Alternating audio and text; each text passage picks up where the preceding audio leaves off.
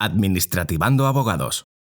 Pues si les parece, aunque quedan personas por incorporarse, vamos a ir comenzando este webinar. Permítanme que en primer lugar les dé las gracias por acompañarnos un día como hoy en nombre de todo el bufete de Administrativando Abogados.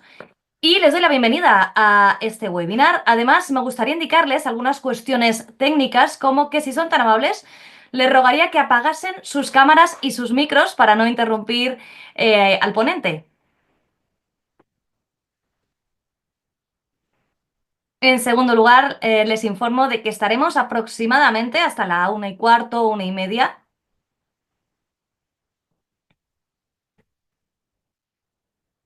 Además, si les surge alguna duda, mientras nuestro ponente va dando su explicación, podrán realizarla por el chat y al final las recogeremos y se las plantearemos.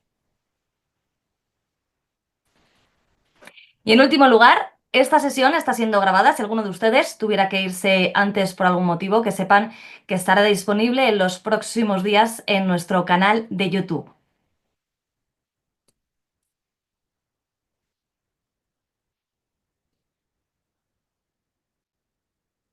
Así que ya podemos dar comienzo a este webinar que hemos titulado Reclamaciones de los ciudadanos ante el Tribunal de Justicia de la Unión Europea y que consideramos que, en nuestro bufete, consideramos que es muy importante reconocerse como ciudadano de la Unión Europea, saber qué derechos tenemos, pero también cómo podríamos hacerlos valer si en algún momento pues estos derechos fueran vulnerados. Para hablar de este tema tan trascendental, contamos con Marcos Peña. Buenos días, Marcos.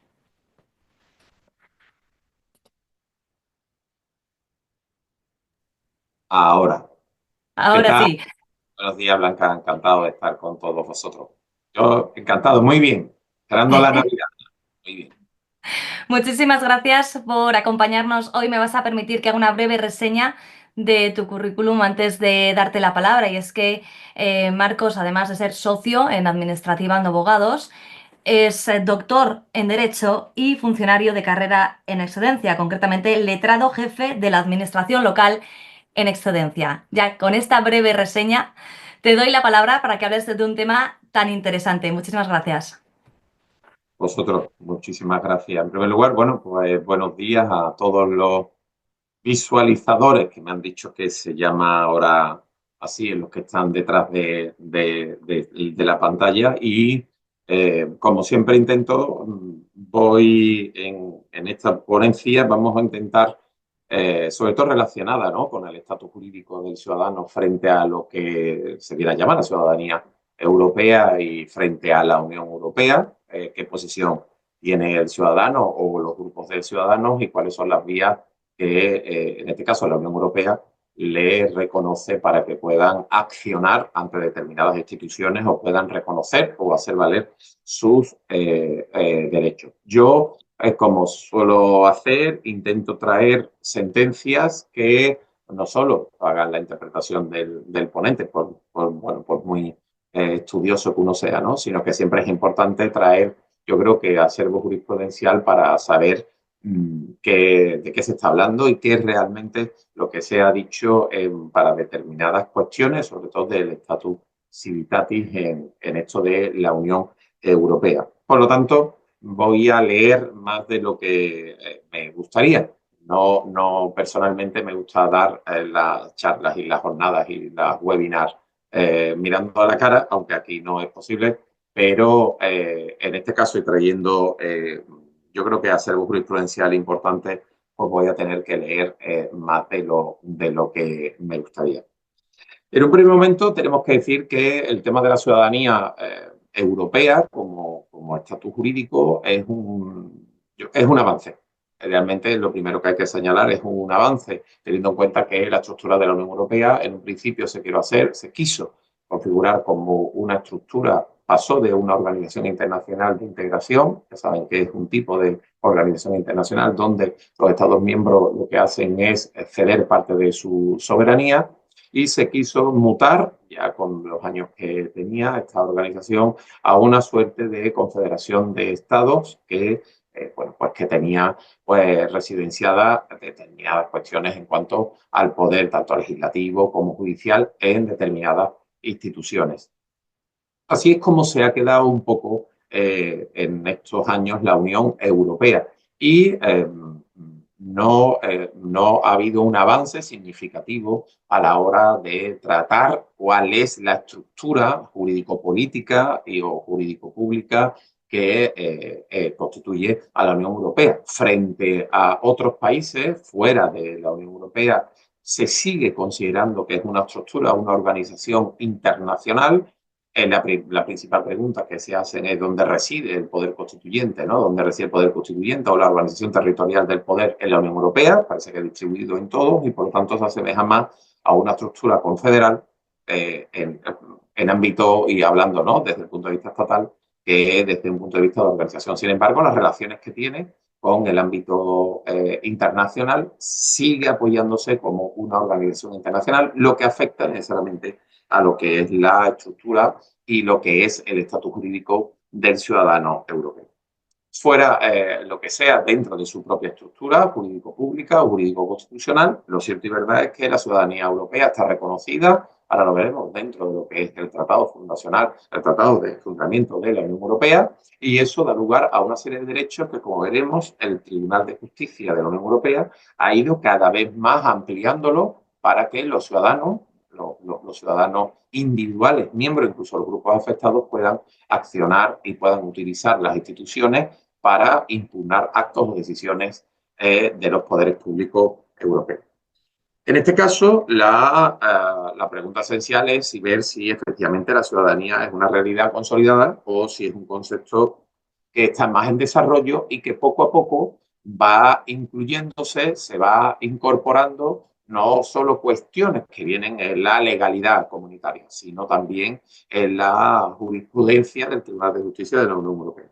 Ahora esto lo veremos. El punto de partida de todo ello se encuentra en el artículo 20 del Tratado de Funcionamiento de la Unión Europea, que dice claramente que esta ciudadanía europea complementa la ciudadanía nacional de cada Estado miembro.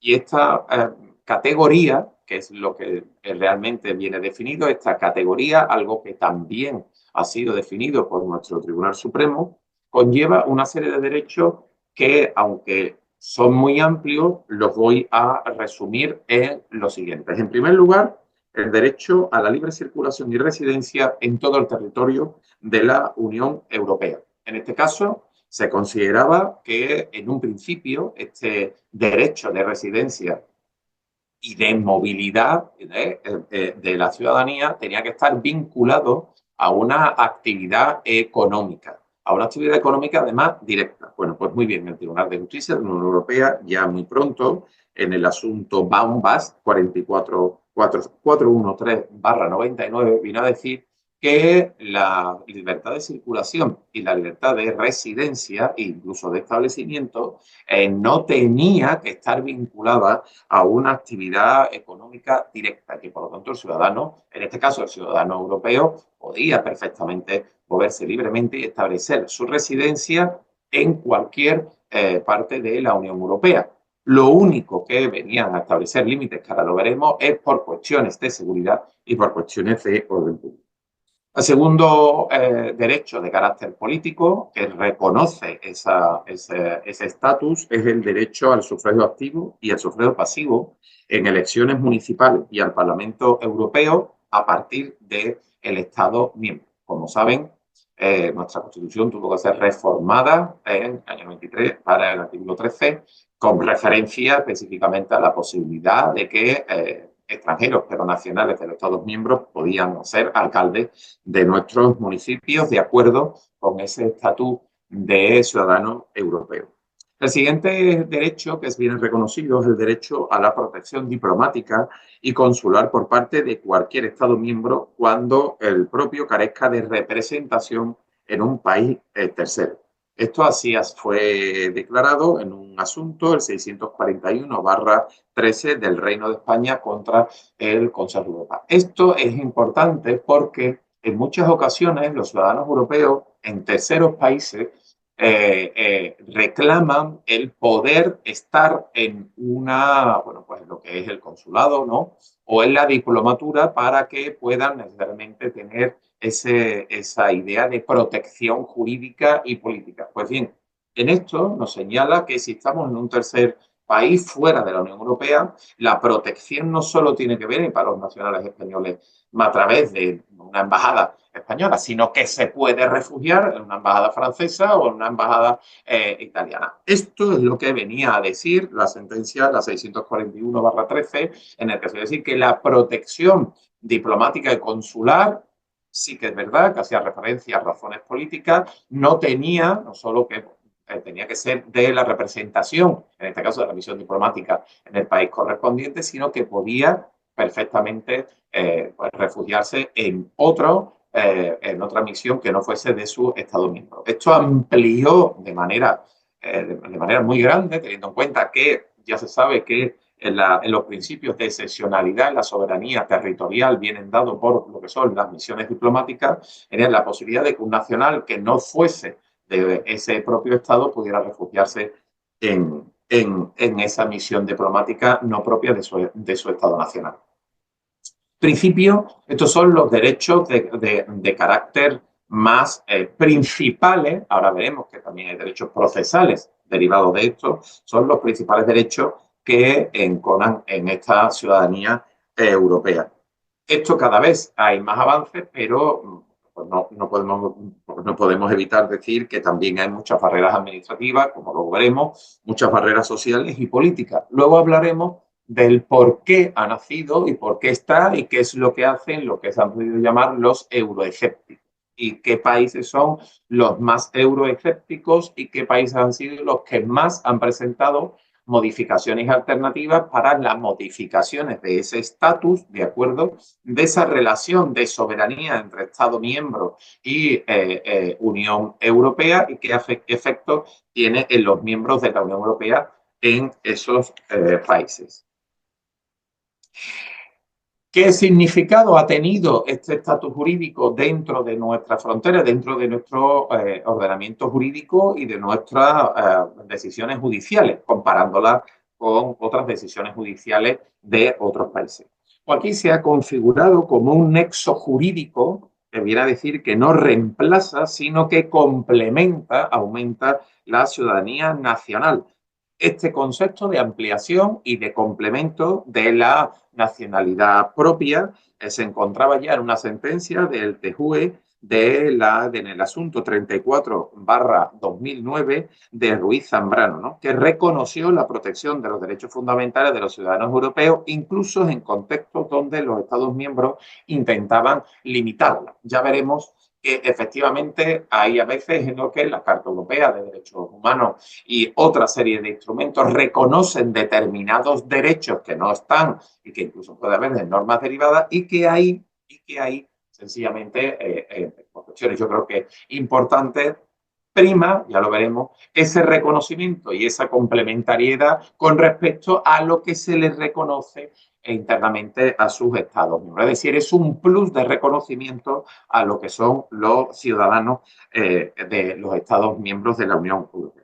Aunque establece que los derechos y deberes, y dice la sentencia, son comunes, su aplicabilidad puede verse variada significativamente según el contexto normativo y político de los Estados miembros. Es decir, en este caso, la sentencia lo que viene a decir es que efectivamente la ciudadanía europea y de acuerdo a los instrumentos normativos de la Unión Europea se les reconocía determinados derechos que podían ampliarse, pero que esos tipos de derechos que a lo mejor no estaban reconocidos en el ámbito interno, en el ámbito nacional, tenían que ser ejercidos de conformidad con el derecho nacional interno, de acuerdo a sus criterios procesales y de acuerdo a sus presupuestos necesarios para el ejercicio de los mismos. Es decir, que no podía ejercerse de cualquier manera o ejercitarse de cualquier manera, sino que estos derechos, que sí venían a ser reconocidos, tenían que someterse a las vicisitudes y singularidades del derecho nacional.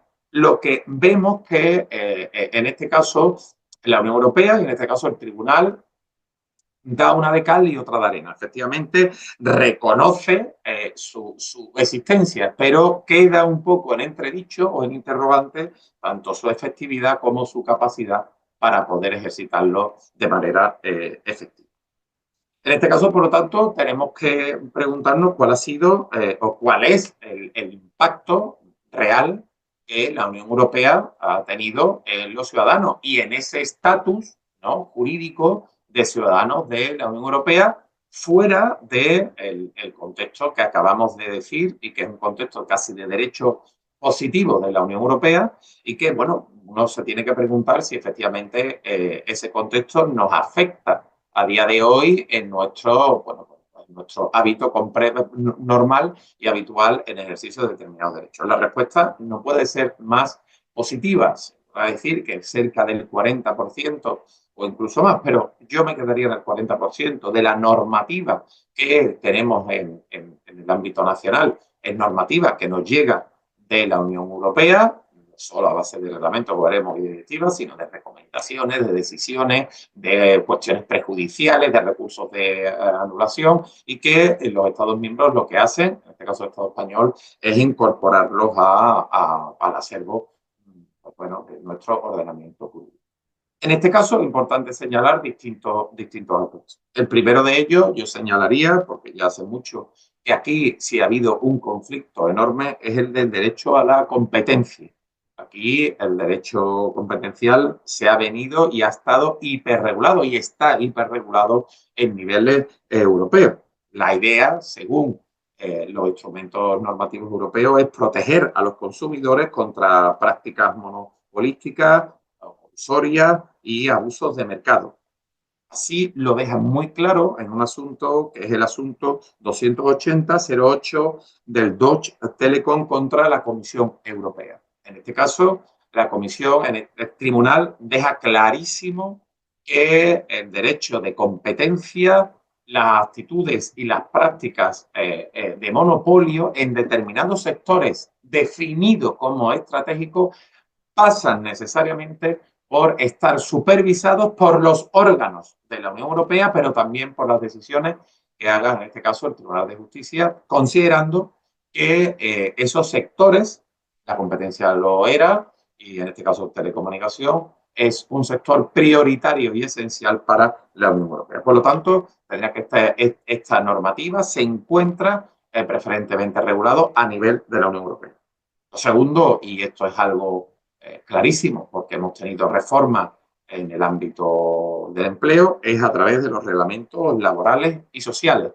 La consideración de que en este sector, en el ámbito de los derechos del empleo público y del empleo privado, existe una primacía absoluta, ya no solo con carácter general, bueno, de lo que es el derecho comunitario, el derecho derivado comunitario, sino en estos concretos campos, en el derecho de los derechos sociales y laborales, queda clarísimo en una protección de las condiciones laborales o condiciones de trabajo, en la protección equitativa y la protección de los trabajadores en un asunto que vino a ser considerado por el TJUE en el 303/06, en el asunto Coleman, en el que el tribunal vino a decir que la Unión Europea reforzaba toda aquella protección frente a la discriminación que pudieran sufrir de cualquier tipo los trabajadores. Principalmente, en este caso, se hacía referencia a las personas o a los trabajadores con ciertas discapacidades. Pero,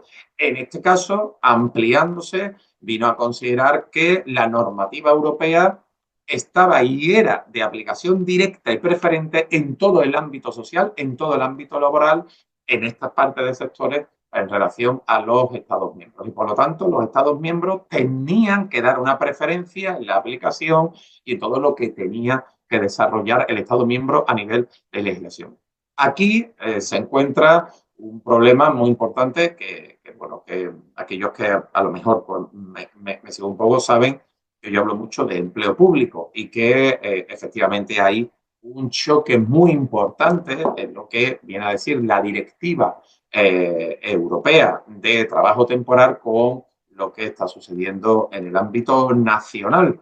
Ese conflicto tan enorme de no resolución de los interinos o del personal temporal abusado y que teniendo en cuenta que se trata de un aspecto que ya la Unión Europea, el Tribunal de Justicia de la Unión Europea ha dicho que la aplicación preferente y directa de las disposiciones de la Unión Europea no hay lugar a duda, ha dado lugar a que al Reino de España, hace cuestión de 2 semanas, la Comisión Europea le amenazara con la posibilidad de sancionarle si no resolvía lo del tema de la Unión Europea, con retraerle fondos europeos, fondos Next, que ya saben que han sido, bueno, pues se ha autorizado hace una semana para poder cambiar una de las palancas de los famosos PERTES en la digitalización y en todo lo que es la reorganización de las entidades de acuerdo con la salida que tuvimos del COVID y que ahora se permiten aplicar determinados fondos para lo que ha sido la DANA o catástrofes naturales. Pues de hecho le ha venido a considerar que tiene que modificar de manera urgente su normativa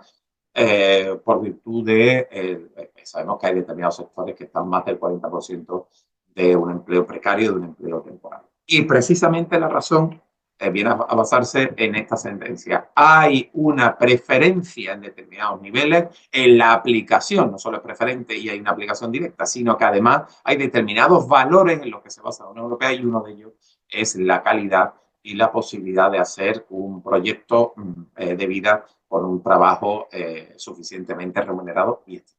¿De acuerdo?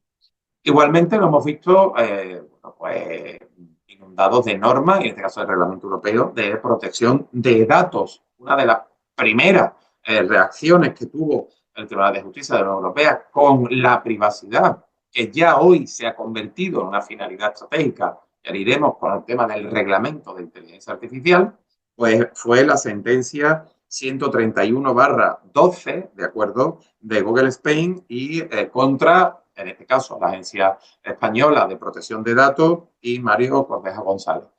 Aquí se pronuncia de una manera directísima el TJUE, viniendo a decir que la privacidad, el derecho a la privacidad y la intimidad y a la protección de datos de carácter personal del ciudadano europeo es uno de los pilares fundamentales en la protección de todo lo que son los valores en los que se asienta la Unión Europea.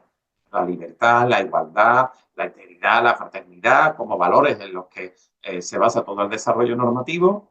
Era decir que la protección del individuo, de su intimidad y su privacidad frente tanto a corporaciones públicas como privadas era algo esencial. Como consecuencia de eso, directamente se vincula a la aprobación del reglamento de inteligencia artificial, que lo hemos tenido hace unos días.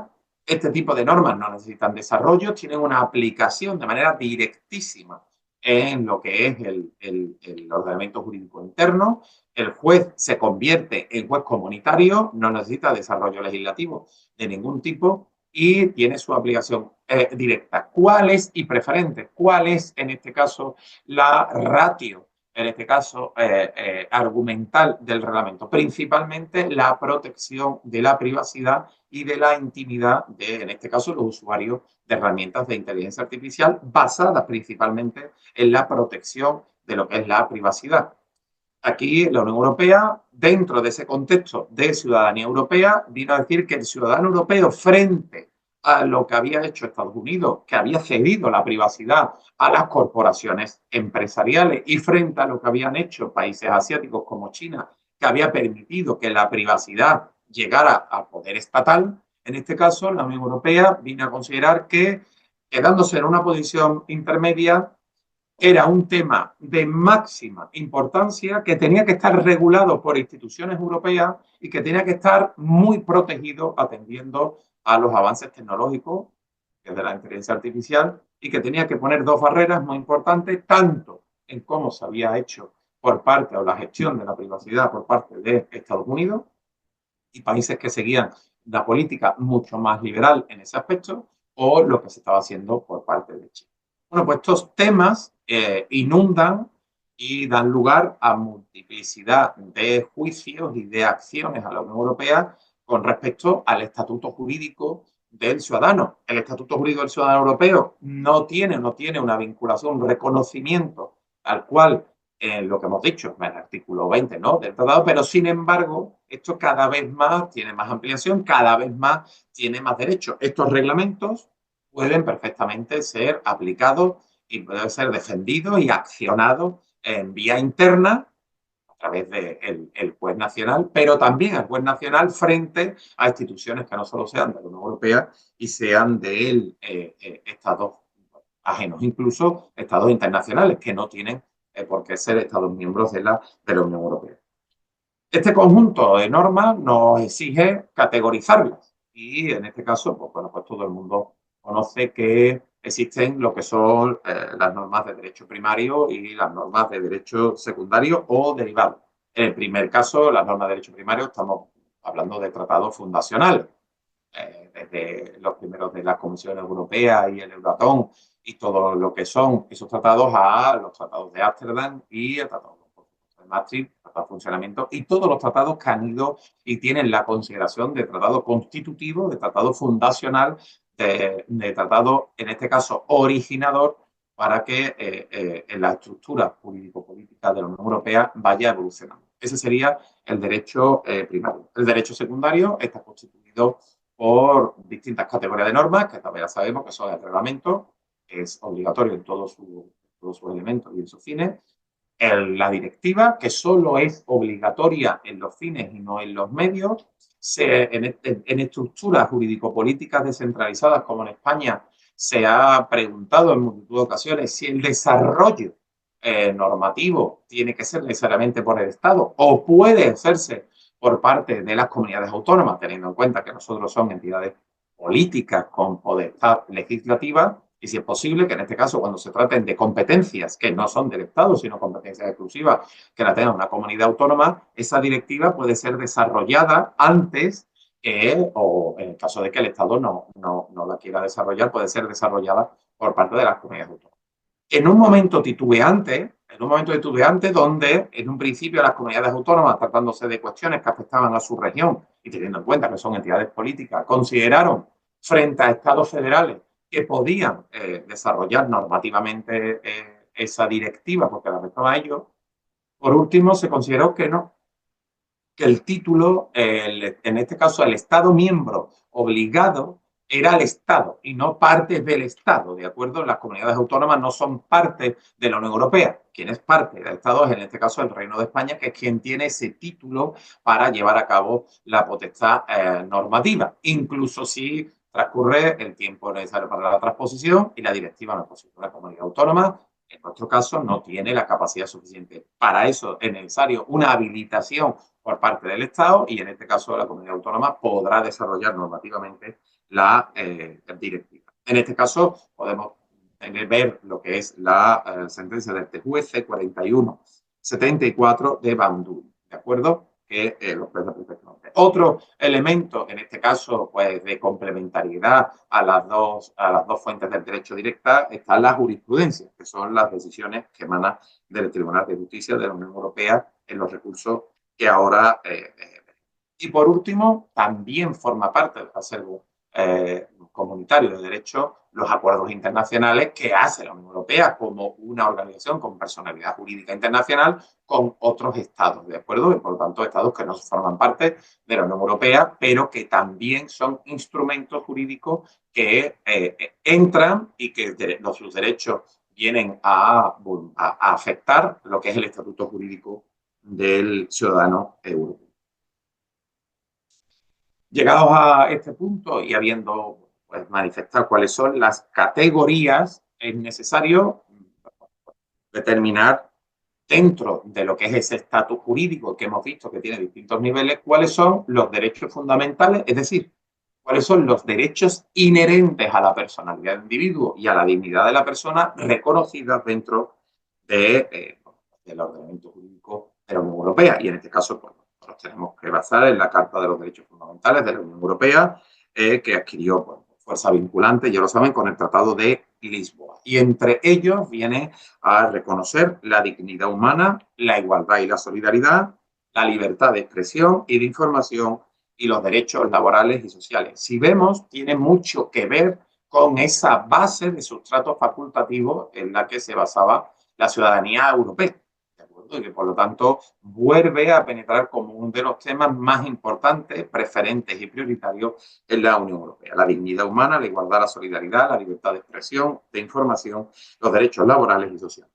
El Tribunal de Justicia de la Unión Europea ha contribuido significativamente al desarrollo de estos derechos, como así lo demuestra bueno, en el caso 112 del 2000, en el caso de Smilberger. acuerdo? Que vino a establecer el equilibrio entre la libre circulación de mercancías y el derecho a la libertad. Venían a determinar y a realizar asentó una doctrina, yo creo, muy importante, tanto con respecto a un derecho como tenemos que decir que nuestro Tribunal Constitucional incorporó, ya lo tenía incorporado en su aspecto doctrinal, en su acervo doctrinal, todo o cuáles eran los niveles de este tipo de derechos y la primacía de estos derechos, como sabemos, pues tienen un carácter de derecho fundamental, no son principios rectores del orden social y económico, sino que efectivamente se encuentran en la parte dogmática más importante de nuestra Constitución y así, pues en este caso se alineaba completamente con lo que había dicho el Tribunal de Justicia de la Unión Europea. Esto nos hace preguntarnos, el Tribunal de Justicia de la Unión Europea, ¿qué es o qué posición tiene? ¿Es un tribunal superior al Tribunal Constitucional? ¿Es un tribunal que está por encima del Tribunal Supremo y que no tiene nada que ver con el Tribunal Constitucional? Bueno, el Tribunal de Justicia de la Unión Europea se encuentra regulado en el artículo 251 y siguiente del Tratado Fundacional del Tratado de Funcionamiento, de la Unión Europea, y está definido como la máxima autoridad judicial de la Unión Europea. Su principal función es garantizar la interpretación y aplicación uniforme del derecho de la Unión Europea en su Estado. Entre sus competencias, que eso es algo muy importante porque tenemos que saber cuáles son los procedimientos que se desarrollan ante el Tribunal de Justicia de la Unión Europea, se encuentra el recurso por incumplimiento. Este procedimiento se encuentra regulado en el artículo 258 del Tratado de Funcionamiento de la Unión Europea, donde en este caso se trata de incumplimientos de normas de la Unión Europea aplicadas por los Estados miembros, donde se pueden accionar, en este caso ante el Tribunal de Justicia de la Unión Europea. En este caso, el tribunal resuelve prácticamente como si fuese un tribunal nacional. Así lo demostró en el caso 304 2002 de la Comisión contra Francia, en un caso de incumplimiento de derechos ambientales. ¿De acuerdo? La siguiente, la que más nos suena a nosotros, son las cuestiones prejudiciales, que se encuentran reguladas en el artículo 267 del Tratado de Funcionamiento de la Unión Europea, y que en este caso lo que viene a llevar a cabo es una cuestión interpretativa cuando, bueno, pues lo veremos ahora, cuando se tratan de cuestiones muy importantes o que sin ellas mismas no se puede resolver el fondo del asunto. Se encuentra muy bien explicada en un asunto que es el asunto 283/81 de CILFI, ¿de acuerdo? Por otra parte, se encuentra también el recurso de anulación del artículo 263, ¿de acuerdo?, del Tratado de Funcionamiento.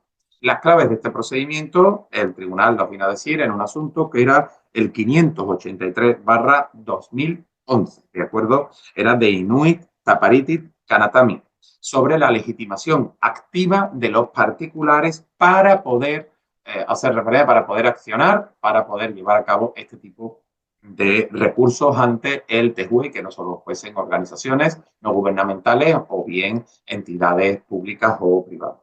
Y por último se encuentra el recurso de omisión o por omisión, que se encuentra regulado en el artículo 265 del Tratado de Funcionamiento de la Unión Europea. La pregunta, bueno, pues después de hacer la referencia, la pregunta se impone: ¿cuál es, en este caso, es posible una demanda de personas físicas o jurídicas ante el Tribunal de Justicia de la Unión Europea? La respuesta es sí. La respuesta es que es posible. Para que una persona física o jurídica interponga una demanda ante el Tribunal de Justicia de la Unión Europea, debe de cumplirse una serie de requisitos. La legitimación activa, por supuesto, y la afectación directa.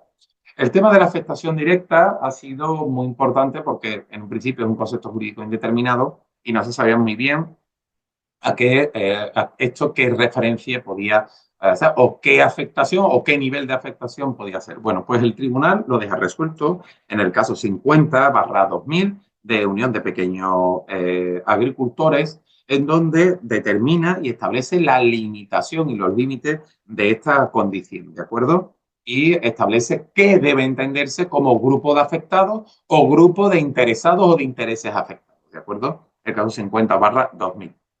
¿Cuáles son los actos impugnables en este caso? Pues los actos impugnables incluyen los reglamentos, las directivas y las decisiones. No es posible, como es lógico pensar, que pueda impugnarse ni tratados originarios, ni tratados fundacionales, ni acuerdos internacionales con terceros países. Solo es posible su impugnación a través del derecho derivado, ¿de acuerdo?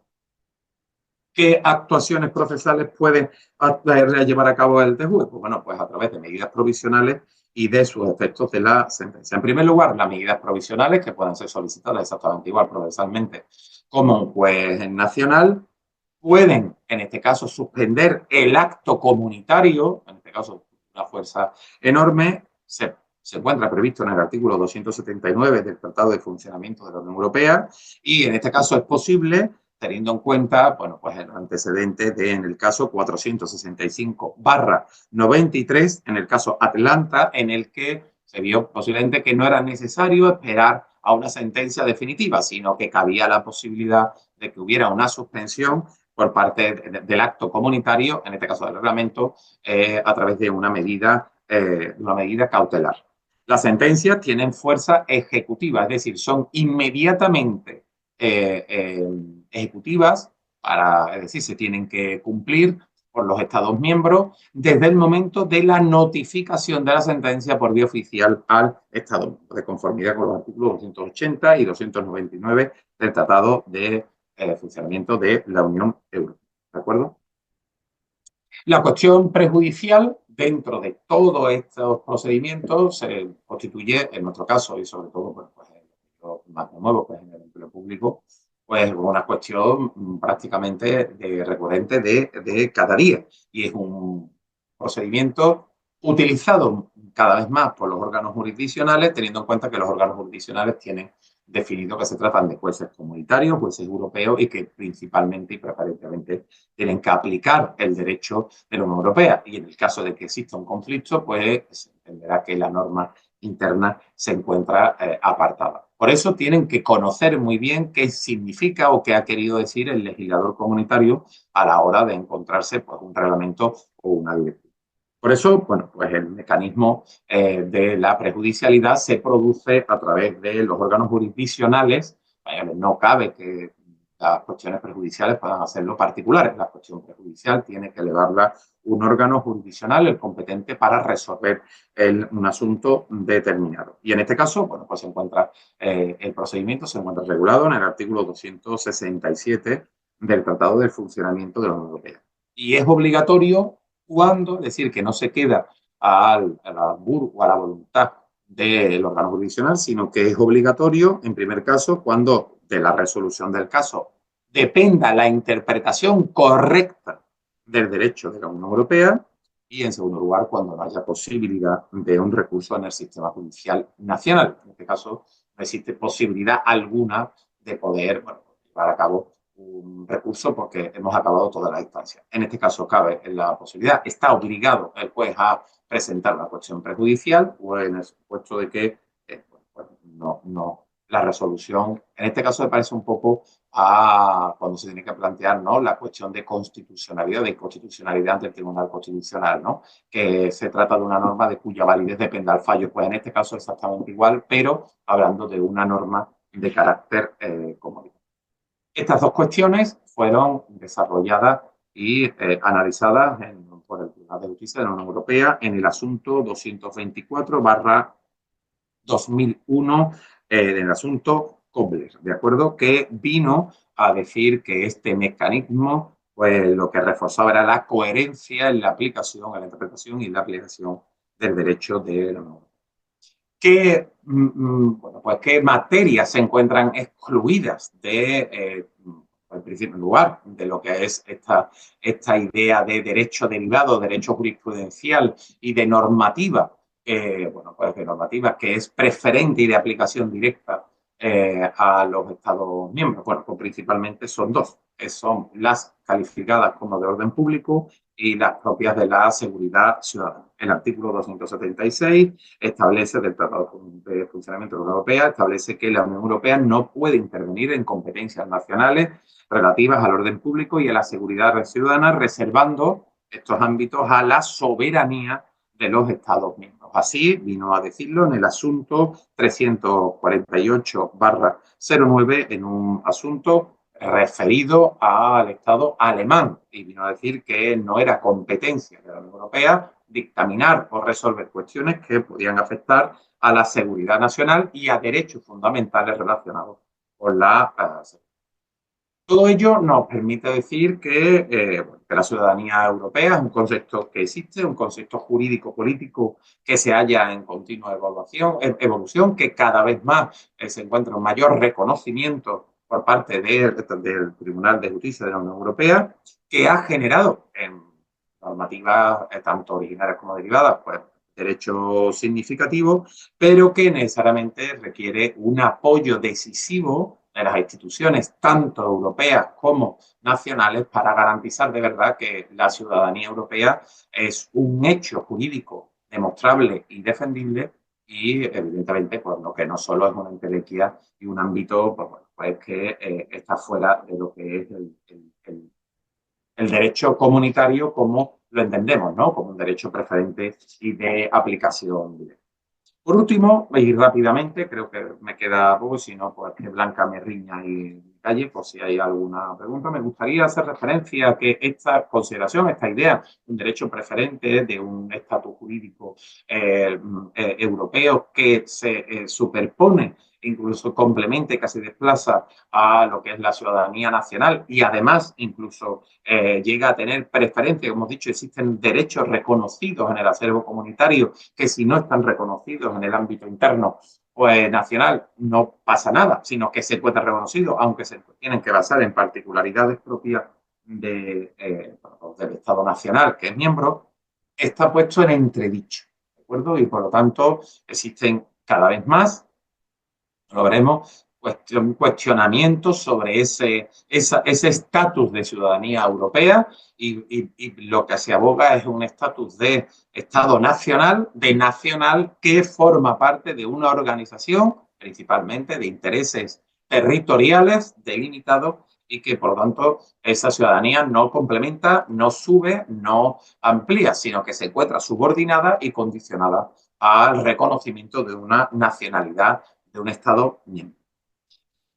¿Qué países son estos y qué países defienden este tipo de posición? En primer lugar, Hungría. ¿De acuerdo? Hungría defiende, bueno, en los últimos años ya sabemos que su presidente, Víctor Orbán, ha sido acusado, bueno, pues, de restringir la libertad de expresión, de socavar la independencia judicial y de considerar pues, que hay determinados tipos de normativa europea que se mete de lleno en cuestiones que ellos entienden de orden público. ¿De acuerdo? Hay que entender que incluso la definición de orden público que tenemos por parte de nuestro Tribunal Constitucional es un poco ambigua, ¿de acuerdo? El Tribunal de Justicia de la Unión Europea, en el asunto 7818, le recordó en este caso a Hungría, que el Estado tenía que respetar la independencia de las resoluciones judiciales, y que las resoluciones judiciales, los jueces no tenían que no pedir permiso, pero sí que establecer una fase previa o pre de resolución judicial antes de dictaminarlo cuando afectaba a determinados intereses estatales, y que eso afectaba a la independencia judicial y que iba en contra de la Unión.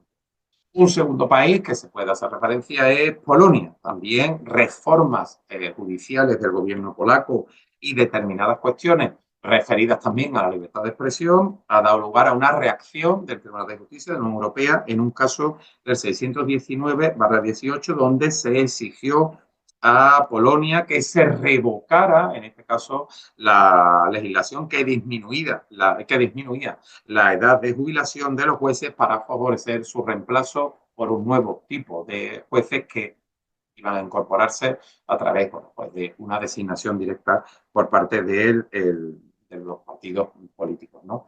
Pero no solo estos dos países que siempre están pues, subidos en la prensa, y que vemos a Hungría y vemos en este caso Polonia.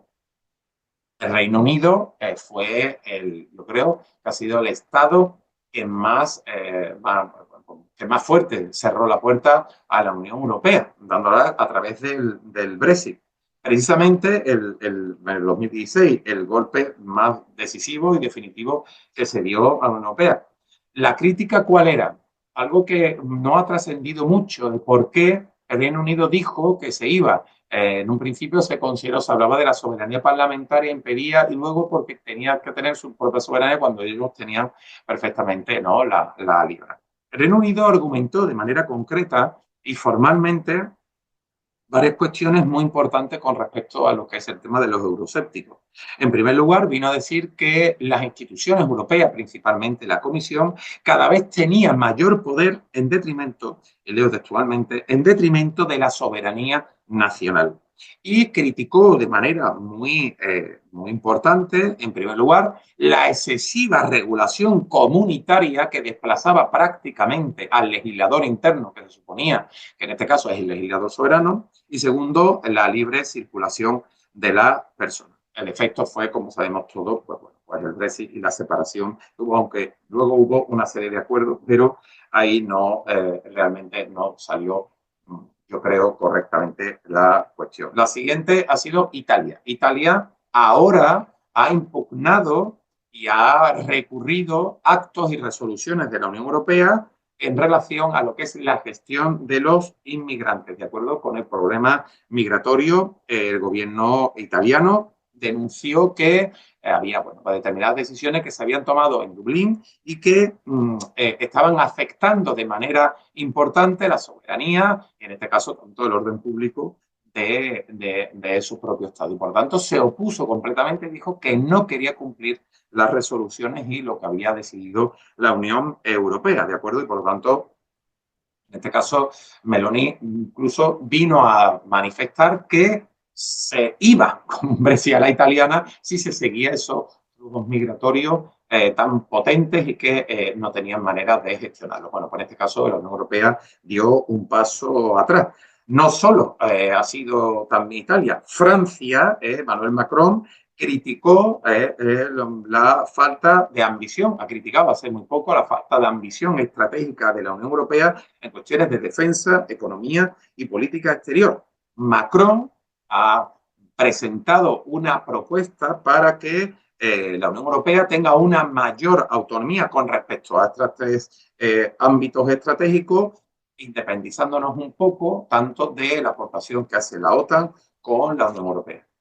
Y también Alemania. Alemania también ha presentado, siendo un pilar fundamental en la Unión Europea, también ha presentado críticas muy duras del papel que está haciendo la Unión Europea tanto en política económica y en política fiscal que afectan al Estado, a los Estados miembros. Piensen que no es Polonia, no es Hungría, es Alemania en una resolución que vino a llamarse programas públicos de bonos, programas de bonos públicos, perdón, era la compra, en este caso, de obligaciones públicas, de tesoro público.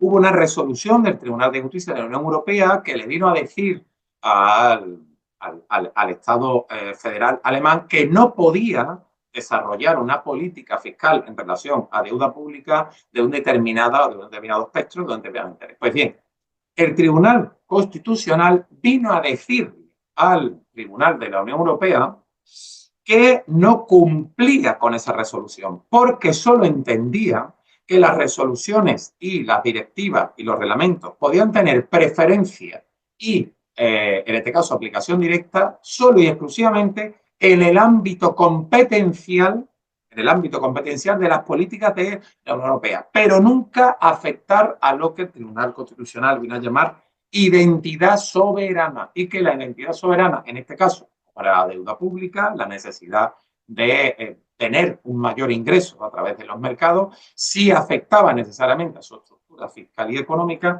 y por lo tanto el derecho comunitario no tenía preferencia ni aplicación directa. Bueno, pues yo hasta aquí, esta ha sido mi intervención con respecto a lo que supone el estatus jurídico, la ciudadanía europea y las opiniones y las versiones que se dan a lo que es el tema de la ciudadanía europea y lo que es también la posición de la Unión Europea con respecto a su Estados Unidos. Pues muchísimas gracias, Marcos, por esta explicación. Si te parece, vamos a pasar a alguna de las preguntas que nos han ido realizando. Una de ellas, de Nuevo Singles Huelva, dice: Buenos días. ¿Es condición necesaria para plantear una demanda ante el TJUE por incumplimiento de normativa o convenios europeos ¿El haber agotado la vía jurisdiccional en el estado del demandante? Sí, sí, sí. Necesariamente sí. Hay que agotar toda la vía judicial y a partir de ahí poder recurrir necesariamente. Sí, efectivamente. Vale. Muchas gracias, Marcos, por la respuesta y a esta persona que entiendo desde Huelva por su pregunta. Y vamos con otra de las preguntas porque nos estamos pasando un poquito del tiempo y ya vamos a ir terminando, que creo que es más del ámbito de la protección consular, pero bueno, te la lanzamos y a lo mejor no sé si entra exactamente en la materia que estábamos tratando hoy. Dice Francisco Sánchez Montero, ¿qué otros derechos, además del de refugio, pueden ejercer los ciudadanos de un país de la Unión Europea en embajadas de otros países de la Unión Europea, pero en países terceros? Bueno, en principio el derecho al refugiado lo se tiene. Luego hay otros tipos de derechos. La protección inmediata, que no es un derecho de refugio, sino que es un derecho, en este caso, de persecución política y determinada, se ha previsto como una posibilidad de que la propia integridad física o la propia integridad de la persona, ¿de acuerdo? Pues se dé protección de manera temporal en determinadas embajadas que no tienen por qué ser de su Estado nacional, que pueden ser de otro tipo de Estado. Tenemos que tener en cuenta que el derecho de asilo no es posible. Bueno, que el refugio es un estatus intermedio, provisional. El asilo es una cuestión permanente, el refugiado no. Pero previamente al refugio, bueno, pues todos sabemos, tenemos en mente gente que pidió, ¿no? Que era muy famosa y que pidió refugio en ámbitos nacionales y tal. Pues bueno, pues esa protección, ¿no? Preaxilar es posibilidad se puede perfectamente como medida cautelar a un Mm, ciudadano hasta que se pueda desarrollar todo lo que es el asilo, no, el refugio, por supuesto, ¿de acuerdo? mm, Esa protección preventiva, ¿no? A partir de ahí, poco más, porque realmente la idea es que tú te refugias, el derecho de movilidad o de ambulación y tal, si lo tienes restringido como consecuencia de que solo el límite de la misión diplomática es la excepción a la soberanía. Fuera de ahí, el Estado puede intervenir con toda su fuerza coactiva, claro. ujú. Pues muchísimas gracias a todos los participantes. Creo que si les parece y si por supuesto te parece a ti, Marcos, vamos a dar por terminado este webinar. Muchísimas gracias por tu ponencia. Vosotros, yo encantado, Blanca, vosotros. Muchísimas gracias a todos los visualizadores que les has llamado tú, que han estado acompañándonos hoy, que es un día muy señalado porque prácticamente se da comienzo a las fiestas y por tanto nos gustaría desearles desde el bufete que tengan una felicísima Navidad y nos vemos ya en el siguiente webinar en el 2025.